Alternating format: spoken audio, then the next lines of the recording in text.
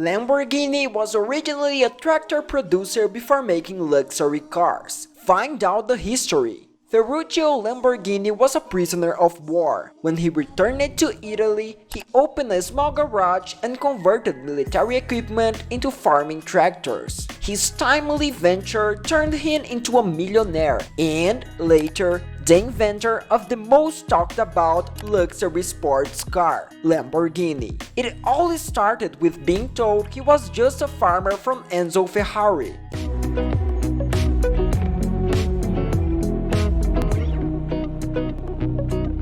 In 1916, Ferruccio was born on a farm in the rural town of Renasso in northern Italy. His parents grew grapes to make wine for a living and raised him amongst their vineyards. They taught him to roll up his sleeves and have the drive to make quality products. Ferruccio took their lessons to heart, but not in the way that they had hoped for or imagined. He was more interested in fixing their tractors than learning how to manage the farm. Along with being disappointing, it was considered risky to stray from the family's business. Still, Ferruccio chose to explore his passion and studied mechanics at the Fratelli Taddia Technical Institute. To his father's dismay, Ferruccio never looked back after graduating. He started training with a master blacksmith who shared all of his ironworking and welding secrets. But it wasn't enough to impress a major factory that he had his eyes set on, Cavalier Righi in Bologna.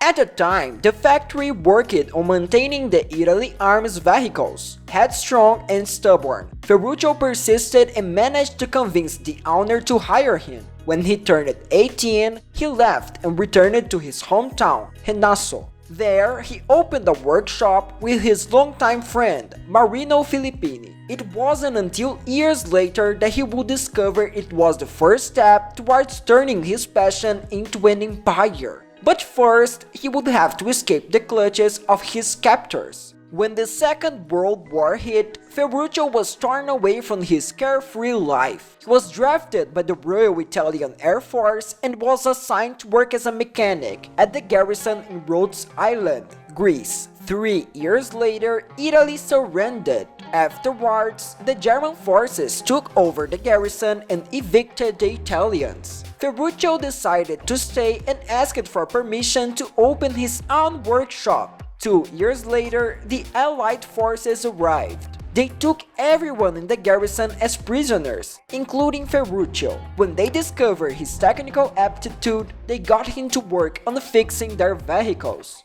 1 year later, they allowed him to leave. Ferruccio's early years back home were far from blissful. His wife, Clelia, passed away while giving birth to their only child, Tonino. Afterwards, Ferruccio kept himself busy at his workshop, where he mostly fixed pre-war vehicles, lorries and tractors. But one day, he received an urgent request from his father that changed the course of his life. "I need a new tractor," Ferruccio's father requested. It was then that Ferruccio was struck with a realization. Italy desperately needed to increase its agricultural production to recover from the war. But the country needed better equipment to make that possible. Armed with experience in working with Allied and Axis vehicles, Ferruccio bought leftover military equipment and used them to make new tractors. They were built with an old British Morris engine and modified to run on cheap diesel instead of expensive petrol. They were said to be more affordable and innovative than anything anyone had seen before. Later, Ferruccio started a new company called Lamborghini Tractors. While his tractors were in demand, he needed more capital for production. So, his father used his farm as collateral for a loan. The risky Ferruccio and his father took paid in more ways than both of them could have imagined. Soon after, the company became one of the largest manufacturers of its kind in Italy. Ferruccio celebrated his success with good food, fine wine, and fast cars. He even started to collect Jaguars, Mercedes, Maseratis, and Ferraris, but none of them completely satisfied him. He was particularly disappointed with his Ferrari 250 GT, since the clutch would always break down. One day, he brought the Ferrari to his mechanic for repairs. Ferruccio discovered that the clutch was identical to the one fitted onto one of his tractors. This did not sit well with him, since he paid 10 euros for the clutch his tractor used and paid Ferrari 1000 euros for the same part. Later, he decided to tell Enzo Ferrari about the imperfections he found in his cars. Along with the clutches needing frequent repairs, they were considered too noisy and rough on the road. Enzo brushed Ferruccio off and insisted the problem wasn't with the car, but with him. "You're a tractor driver, a farmer. You shouldn't complain about my cars. They are the best in the world." "Yes, I'm a farmer, but I'll show you how a sports car should be." That day, Ferruccio went home determined to prove what he was capable of. Many called his conquest crazy and believed he would squander his fortune. Still, Ferruccio forgot ahead and started a new company under his name. He hired 3 of Ferrari's ex-employees and bought a large plot of land to build a factory. In just 9 months, Ferruccio completed his first sports car, featuring his astrological sign as the emblem, the Lamborghini 350 GT. It was considered a technical masterpiece and included a V12 engine, 5-speed transmission, 4-wheel disc brakes, and 4-wheel independent suspension. It was unveiled for the first time at the Touring Motor Show and praised by customers and critics. Ferruccio proved to Enzo and his doubters that he wasn't just a farmer, but also a mechanical genius capable of building superior cars. It was a sophisticated car that had a lot of class and was easy to operate. Over the next few years, Ferruccio's tractor and sports car business flourished. When it came to designing new models, Ferruccio gave his engineers freedom to experiment. This leadership style led to his team building the 400 GT and the secret project, the Miura P400. It was developed as a street race car and was the first in history to be made with a rear main engine layout. It was kept a secret from Ferruccio since he was against the idea of building race cars. Several years before, he entered a prestigious race and crashed into the side of a restaurant.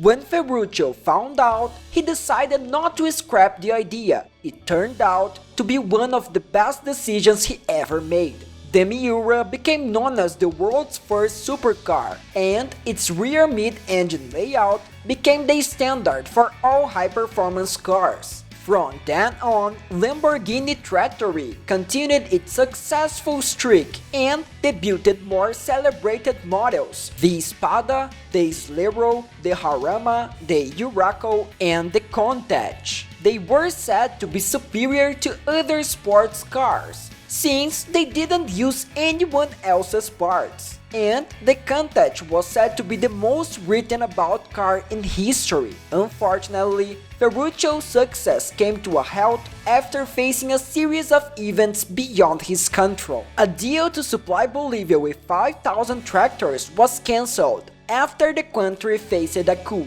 The loss forced Ferruccio to sell his tractor company and 51% of his automobile Lamborghini shares. Later, the global stock market experienced a dramatic crash, and the OPEC started an oil embargo. It led to increased fuel prices and threw the automotive industry into a crisis. We know with the shortage of gasoline that they talk about in Washington is affecting employment, not only in Maryland, but in our nation. Ferruccio did his best to keep his businesses alive and managed to find buyers for his unsold tractors. Still, he decided to retire early and sold the remaining 49% of his automobile Lamborghini shares. But he did keep a heating company that he owned and gave it to his son, Tonino. Later, Tonino pivoted towards building a successful fashion and luxury business under the family name. Meanwhile, the new owners of Automobili Lamborghini tried to revive its brand but failed. Afterwards, the company was forced into liquidation. A few years later, the Italian government sold it for $3 million to two French billionaires. They hoped to renovate the old Lamborghini facilities and hire new engineers. But they ran out of money and sold the company to Chrysler. Chrysler made plans to import the brand into the US, but failed to make a profit. So they sold the company to an Indonesian conglomerate. While they had more luck in making sales, it wasn't enough to weather the financial crisis in Asia. It was then that Audi bought the company and recognized the need for greater attention to processes and product quality. Under their leadership, Lamborghini was able to meet the challenges of the 21st century and take back its place in the market. With the release of the Gallardo Huracan and Urus SUV concept, sales jumped across the world, especially in the US. In 2019, Lamborghini reported record sales and it's now valued at $11 billion. This is the story of how a farmer and prisoner of war turned his tractor business into a sports car empire. For more inspiring stories and advice from today's most successful leaders, don't forget to subscribe to our channel. And bye-bye!